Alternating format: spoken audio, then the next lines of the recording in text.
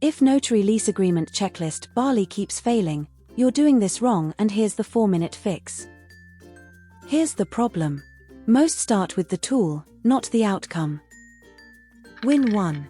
Write your outcome in one sentence in under 60 seconds. Win 2. Pick the smallest version of Notary Lease Agreement Checklist Bali you can ship in 7 days. Why does this matter now? A competitor leaves a fake 1-star review on your Google profile. Within 48 hours, your bookings drop 30%. Notary Lease Agreement Checklist Bali done right closes that gap in days, not months. Most people fail here. They jump straight to tactics without defining the outcome. Do not do this.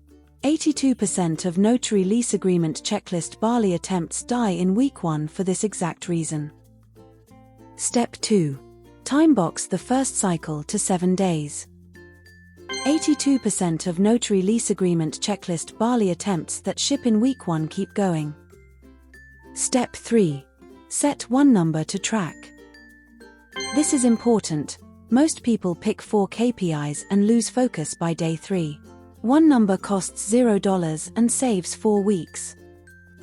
Here's the problem. Before this method, months of guessing, no traction.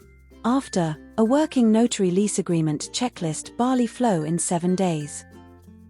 Once steps 1 to 3 are working, here is the move that separates pros from amateurs.